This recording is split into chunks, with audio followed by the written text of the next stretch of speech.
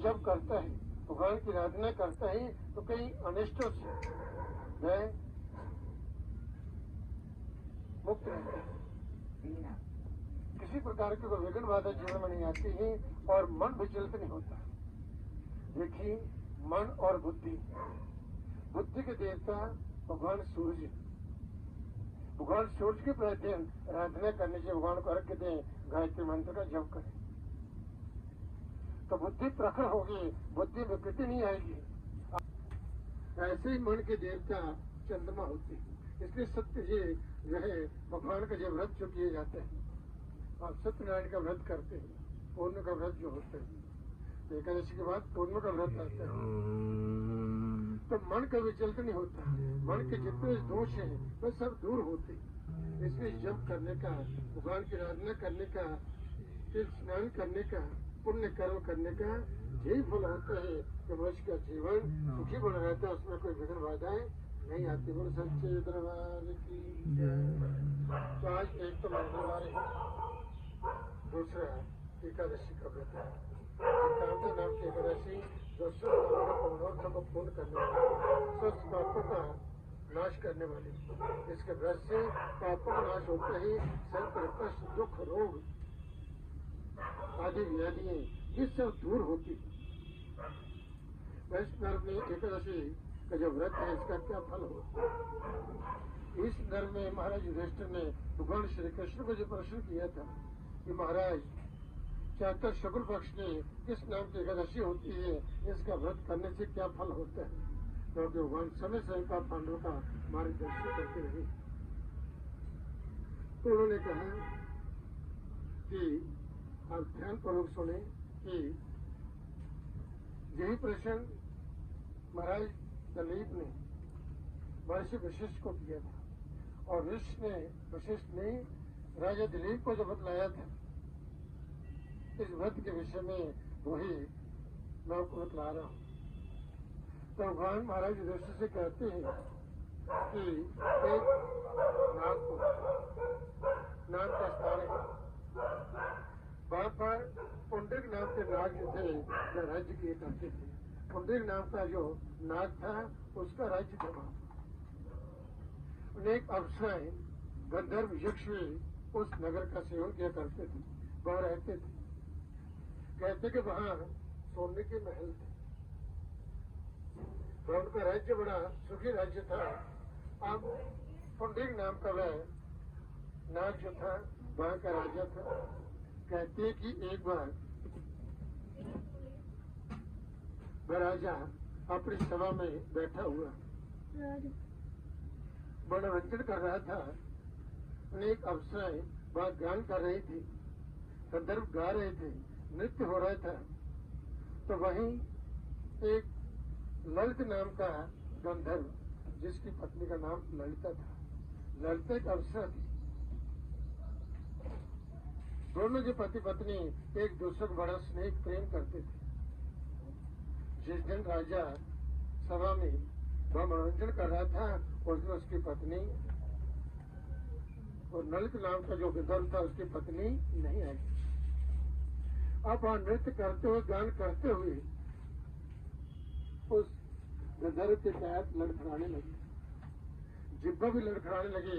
वह ठीक से गा नहीं कर पा रहा था और ना ही नृत्य कर पा रहा था। ये बात देख करके वहां पर प्रकोष्ठक नाम का जो नाग था उसने जान लिया किस कारण से उसके पैर लड़खड़ा रहे हैं।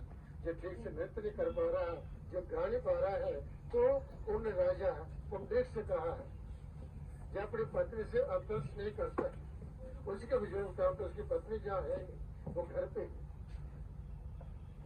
उस कारण से जब ठीक से जहाँ गान नहीं कर पा रहा, तो उस समय पुंडरिक ने बड़ा क्रोध किया। मेरी समय जहाँ पर आप नृत्य कर रहे हो, गान कर रहे हो और तेरा ध्यान जो है पत्नी में है। राजा को क्रोध हुआ तो उसने उसे शाप दे दिया, जा तू राक्षस हो जा। इतना कहते ही वह ललित नाम का गंधर्व जो था वह राक्षस हो गया। अत्यंत विकराल रूप उसका हो गया, बड़ी बड़ी आंखें और चेहरा ऐसा विकराल हो गया जो देख करके भय लगता था। तो पत्नी को पता चला, भाई उसने देखा तो मेरा पति राक्षस हो गया। अब वन में भ्रमण करने लगा। पत्नी बड़ी दुखी है, जहाँ जहाँ उसका पति चलता है उसके पीछे पीछे में उसकी पत्नी भी चलती है। पति के दुख को देख करके उसकी पत्नी इतनी दुखी हो गई कि मैं क्या करूं, मेरा कर्तव्य क्या है, कैसे दूर हो सकता है। ऐसा संत, ऐसा कोई महात्मा, ऐसा कोई ज्ञानी को मुझे मिले जो मेरा मार्गदर्शन करे। कहते हैं कि ऐसा विचार उस गंधर्व के पत्नी में लगता कि विचार मन में विचार आया। मन में पीछे पीछे वह भी उसे चल रही है, उसके पीछे चल रही है।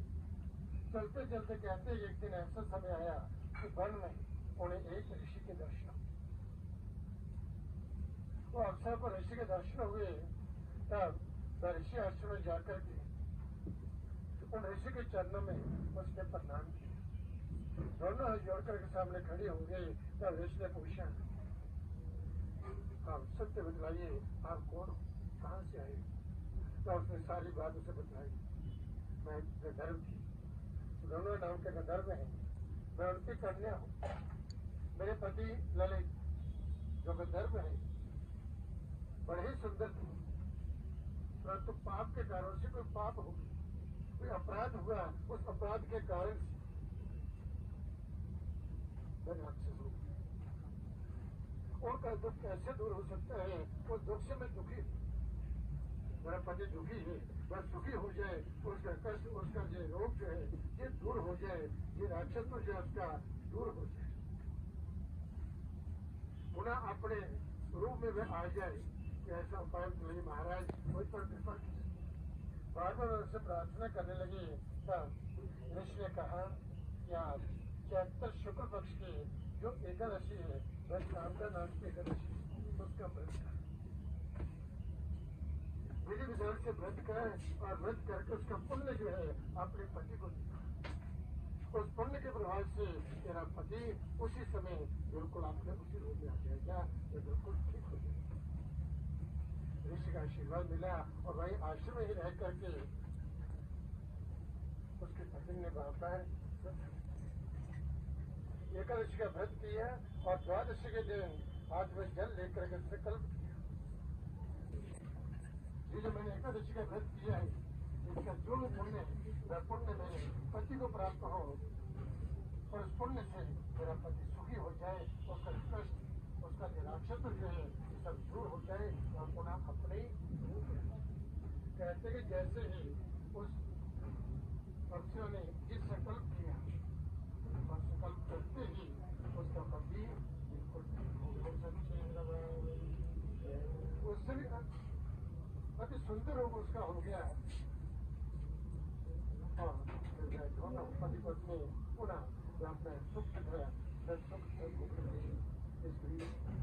भगवान श्री कृष्ण महाराज दृष्टि से कहते हैं जिससे जन्म यात्रा के पापों का नाश होता है, पुण्य की प्राप्ति होती है और जीवन यात्रा सुखद हो जाती है। और सुख विघ्न वाले नहीं होते, कोई विघ्न हो तो विघ्न भी दूर हो सकता है।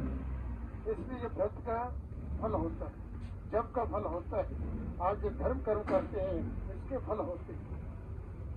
जब पवित्र मन से सच्चे हृदय से साधन वो जगजननी जग माता की शरणागत होकर के माँ की भक्ति करते हैं, निश्चित रूप से माँ की कृपा उन्हें प्राप्त होती है, जिनकी कृपा से उनके हृदय के जो संकल्प होते हैं वह पूर्ण होते हैं और उनका जीवन सुखी हो जाता है। इसलिए भगवान कह रहे हैं कि राजन सुखी जीवन जीने के लिए खूब भक्ति करनी चाहिए, भक्ति करें, धर्म के मार्ग पर चलें, कभी किसी की ईर्ष्या न करें, कभी द्वेष न करें, जीवन रहते हुए आत्म कल्याण कर लें, क्योंकि जो देह जो शरीर जो क्षण भंगुर है कल समाप्त हो जाएगा, इसका पता भी नहीं चलेगा। शरीर एक साधन है, इसी के द्वारा साधना करके अपना जीवन जो है सार्थक करता है। तो इसलिए जीवन रहते हुए मनुष्य को आत्म कल्याण कर लेना चाहिए, खूब भक्ति करें अपने जीवन में, ऐसा निजम लें, प्रातः सायंकाल माँ की जो जगा कर मंत्र जप करें। आदित्य,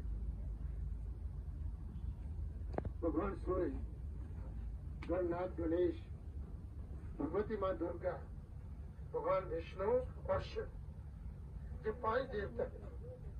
और प्रतिदिन गृहस्थ को इन 5 की उपासना करनी चाहिए।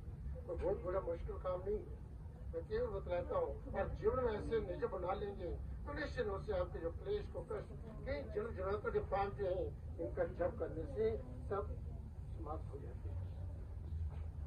प्रतिदिन गणेश मंत्र का जप जो है काम के जो विघ्न विनायक देवता है, विघ्नों को दूर करने वाले। और ऐसा इन्हें वरदान है कि प्रथम पूज्य जो है भगवान गणेश है। किसी की पूजा करते हैं तो सबसे पहले गणेश का स्मरण होता है। ओम गण गणपते नमः, इस मंत्र का जप करें। आप चाहे 11 बार करें, चाहे 1 माला करें, बड़ी अच्छी बात। अधिक से अधिक फल, जितना अधिक करोगे इतने उसका बहुत अधिक फल होगा। भगवान सूर्य प्रत्यक्ष देखते हैं, सबको प्रतिदिन दर्शन देते हैं। सूर्य उदय से पहले स्नान करके तैयार हो जाए, लोटे में तांबा का लोटा लें, उसमें चाहे सिंदूर डालें, लाल चंदन डालें, या गुलाब के फूल की पत्ती उसमें डालें। उनके स्वागत के लिए सामने खड़े हो जाएं और गायत्री मंत्र जप करते हुए अथवा सूर्य मंत्र जो है ओम गृणी सूर्य नमः अथवा ओम सूर्य जल की धारा दी। और फिर भगवान सूर्य को नमस्कार करें। ये प्रतिदिन का नियम जो होना चाहिए। ओम एम हरेम कलेम चामुंडाए विद्ये, ये बीज मंत्र भी ज्यादा टाइम लगता है। आप जितने कर सकते, कोई जरूरी नहीं आप इतना ही करें, आपके पास जितना समय है, लेकिन स्मरण अवश्य करें। भगवान का जब स्मरण करते उसके